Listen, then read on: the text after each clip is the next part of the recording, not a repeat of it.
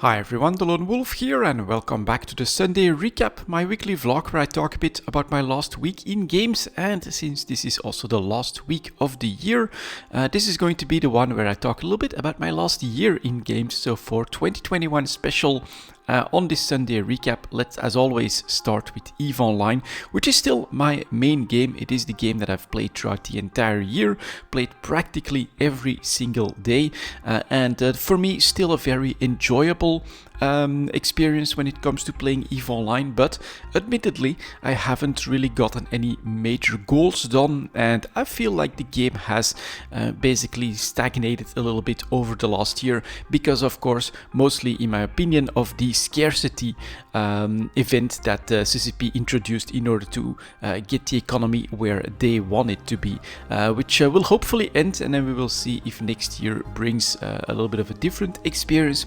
I also personally am starting to feel like the development cycle that CCP is using at the moment also doesn't really create that much opportunity for hype, right? You don't get expansions, you don't get really big, fully fleshed out features that have never been experienced before. It's always in small piecemeal little changes to the game that tend to be absorbed, I think, pretty quickly. So not a lot of hype there. My highlights for the year, well, number one, I would definitely say that we found the boss in the wormhole. One of you guys basically, I think, made it their mission to help me out and find the boss that we had years and years and years ago put inside the wormhole, and it was finally found. Thank you very much for all of that work that you did. And then contacted me in game, said I got a wormhole connection if you want, and I immediately sprung into action, managed to take it down, which also took away the war eligibility for the corporation, which means that I'm now a little bit freer to basically roam around and try to find my next goal in EVE Online. So that's for my personal highlight.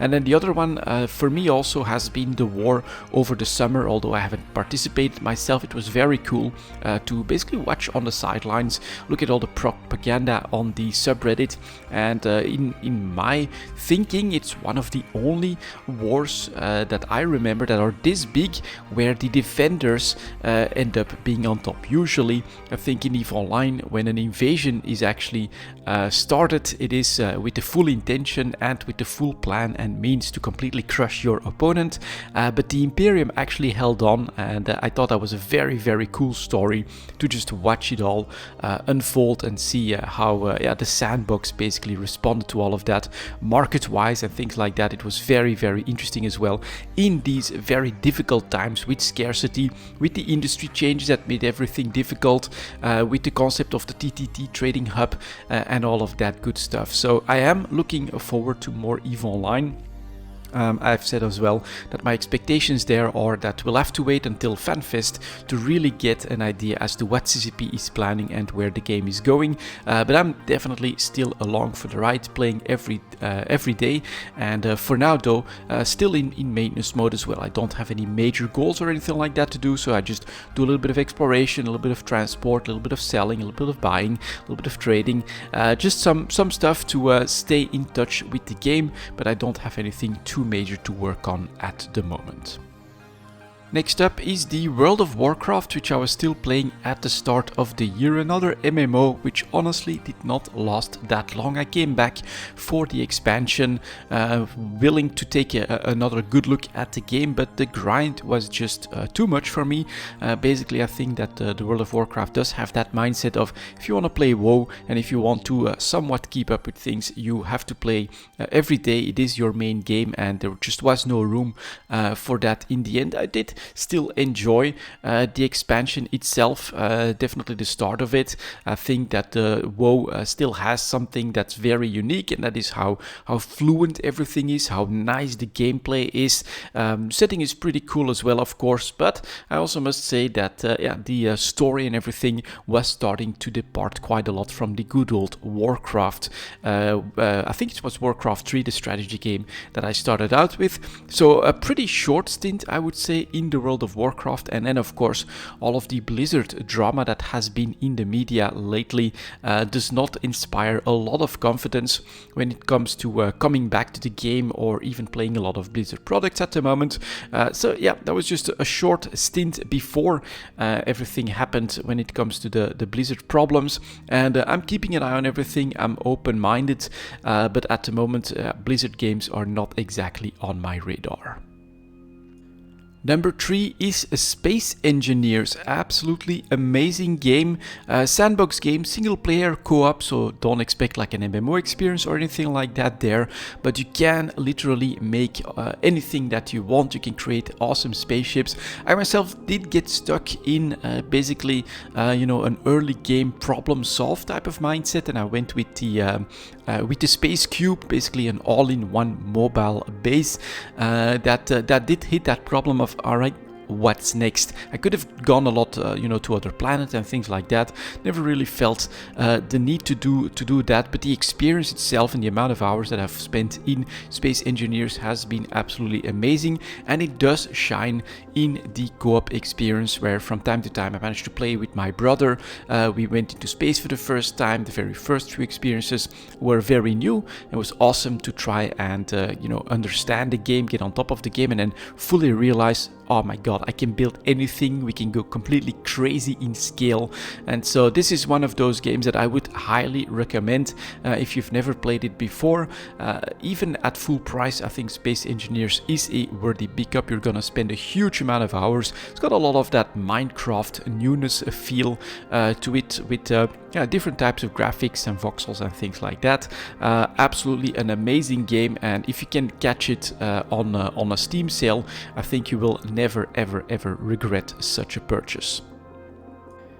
Next on my list is Path of Exile, which is the game that is probably my second most played game of the year. I came back for every league launch, and I am having still an absolute blast playing the game. Lots of changes happened throughout all of these leagues. I think that especially the end game grind having been diminished substantially has been pretty important, although I never really made it through any of the end game grinds. I did just enjoy getting in on that 3 monthly hype. That is a new league launch. Enjoyed the experience as well when you can then combine it with watching a stream. I myself mostly watch Queen69 when it comes to Path of Exile league launches and things like that, and it's just overall really a unique experience in gaming that I feel has this unique model that really does work. It's free to play, but you can support them with supporter packs, which I've done a couple times as well. Especially I like just buying stash tabs that are actually useful in the game, and to support the developer that way. And then you've got that 3 monthly cycle of new leagues that comes out. You can experience new abilities, new builds, you can try new stuff, and you're basically on that same baseline as everyone else, which gives you that nice energy boost as everyone is rushing in on day one. It's just a lot of fun. They basically create launch hype 4 times a year. Next expansion or next league, I'm definitely looking forward to that one as well. If I'm not mistaken, that's been delayed a little bit, should be early February, but it should also include like a new end game. Who knows, perhaps I will make it through the grind this time, but Path of Exile, definitely something I'm planning to keep on playing. Next on my list is Civilization 6. You probably haven't seen too much of that. A major problem is that they apparently are using some copyrighted music, so I'm not really willing to risk the channel for some Civ 6 content, but I do play the game quite often. This at the moment is my go-to game to just relax a bit. Build up an empire, try to decide on a path to victory, play it on pretty easy mode, and then just go with the flow, and I've spent quite a few hours playing Civilization 6. It is absolutely a worthy Civ game in my opinion. I love the district idea. It's got many different paths to choose, like culture and with religion. That's definitely pretty unique and can be used as sort of a side war against everyone else. Trade is really powerful and important, which I love, and it's just a great game. One that I would also recommend, especially if you've never played one of these types of 4X games. Civilization is truly a blast to play, and Civ 6 again I would say on sale for this one, maybe full price, not really worth the price if you're not like a Civ aficionado, but I think on a sale it would make absolute sense, and it's a great Civ game that at the moment, as I've said, is the one I go to when I need to just turn off my brain a little bit and relax while watching maybe a movie or a video or something like that. Next to Civ, I also snuck in a Skyrim session. Yep, back to that game as well. I think it was in a period where I didn't really know what to do, and Skyrim is actually at this point such a small download that it can definitely live on your hard drive all the time, and then it's just still one of the best Elder Scrolls experiences out there. Come on, Bethesda, I know these are tough times and that you guys dropped the ball on some stuff as well, but I'm really hoping that we can get some news on the next Elder Scrolls, because that would still be one of the only games that I would pre-purchase at this point. No, if I'm not mistaken, I would say the only game that I would pre-purchase, and for now we're basically stuck, if we want that true, in my opinion, Elder Scrolls single player experience, to go back for the nth time into Skyrim. This time I made a character that focused on two-hander.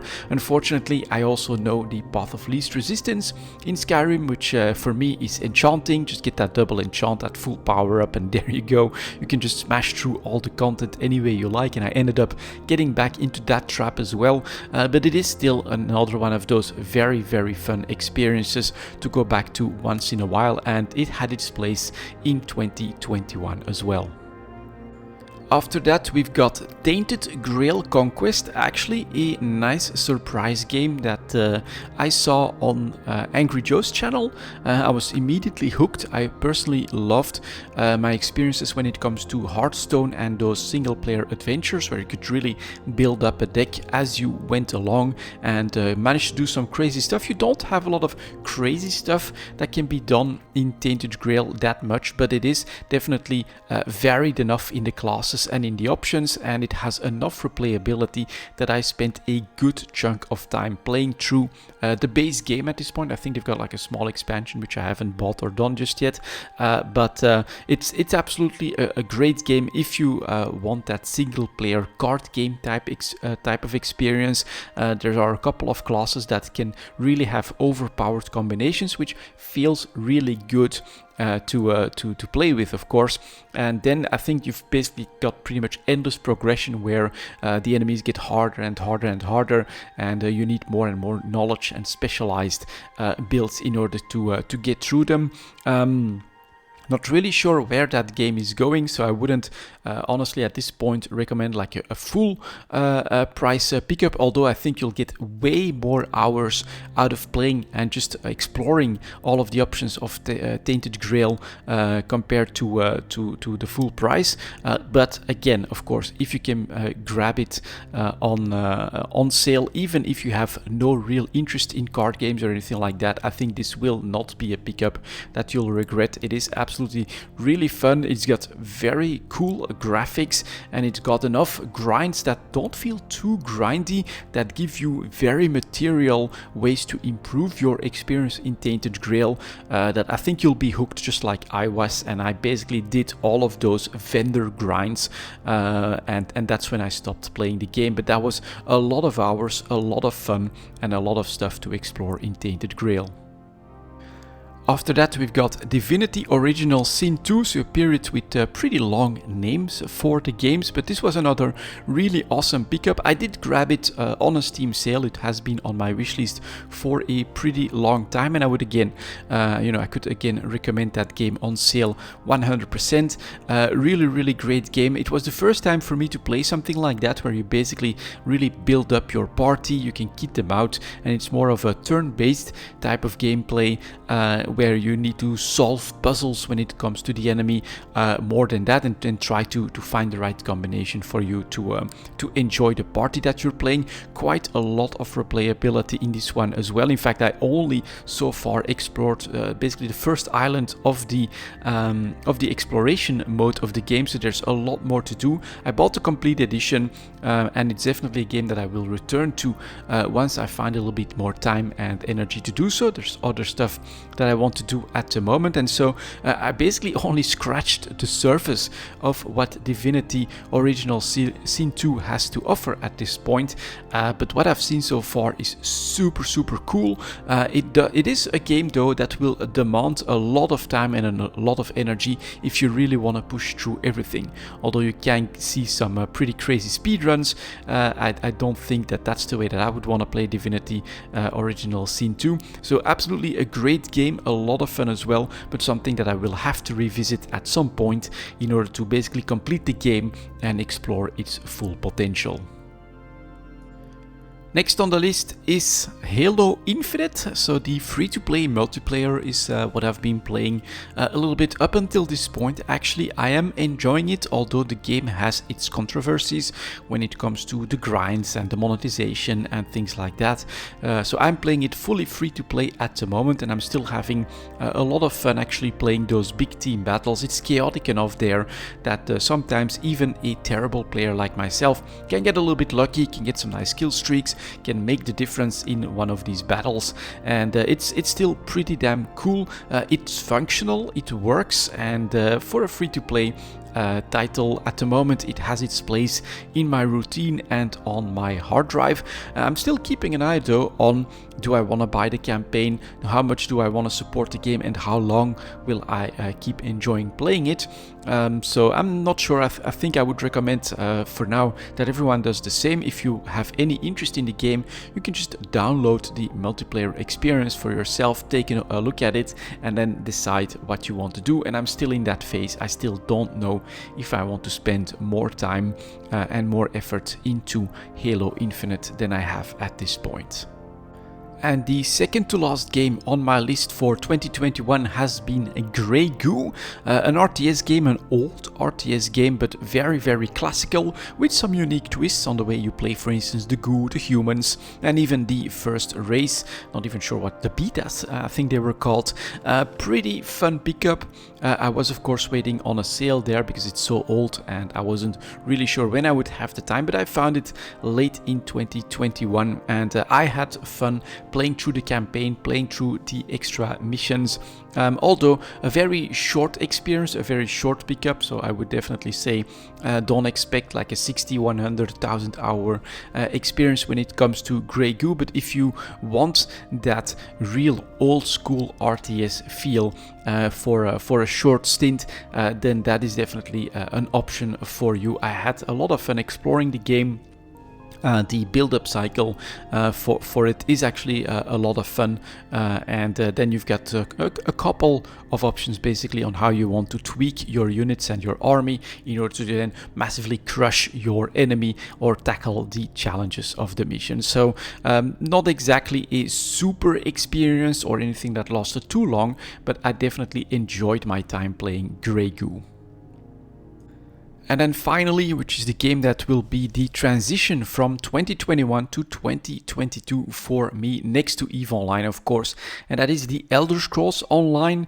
I brought the Blackwood expansion on sale, which added the companions, and when I saw that they added something like that, I was immediately interested, went on my wish list, and so during the winter sale, or was it the fall sale, I'm not really sure which one it was anymore, I grabbed it at what I consider to be a pretty reasonable price, and I am absolutely enjoying my time in the Elder Scrolls Online. It took me a little while to actually find that companion, but now I've got a tanky companion, a DPS bear, as I'm playing the Warden class, and I myself can, deal a little bit of damage, heal, watch the fights unfold, be in total control of everything that's happening, and it is really cool. It is not the same as your single player Skyrim-like Elder Scrolls experience, but honestly, the way I'm playing it, I'm absolutely having a lot of fun in ESO. I'm basically doing the main quests in a couple of regions, and I am trying to view it from that Elder Scrolls adventure lens, not from that MMO lens,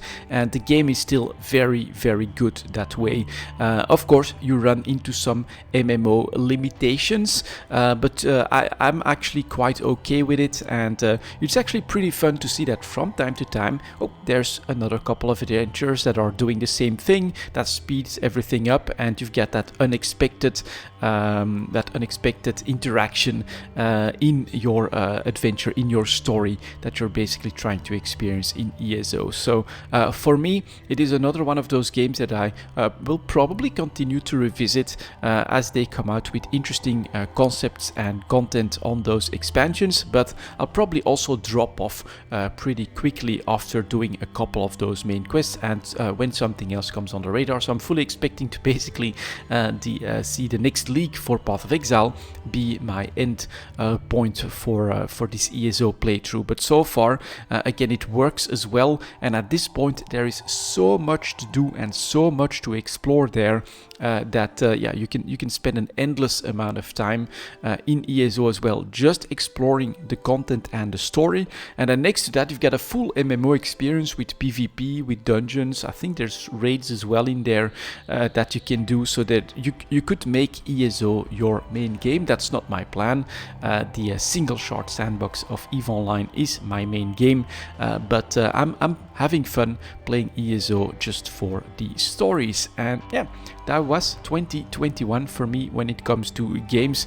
Absolutely having a lot of fun. I do hope that 2022 will bring maybe some more clear hype moments, which I think, because of all of the restrictions and all of the online FanFest experiences and things like that, has not really been possible. But yeah, I'm just going to continue at my own pace. I know that I haven't made a video every single day like in the previous years, but I'm just doing my best. This is still a hobby for me, and that's exactly how I'm planning to continue for 2022. So again, thank you all very much for watching. Thank you all for all of the support. 26,000 subscribers, pretty damn awesome to end the year at, and I hope you all have a lot of fun in 2022 as well.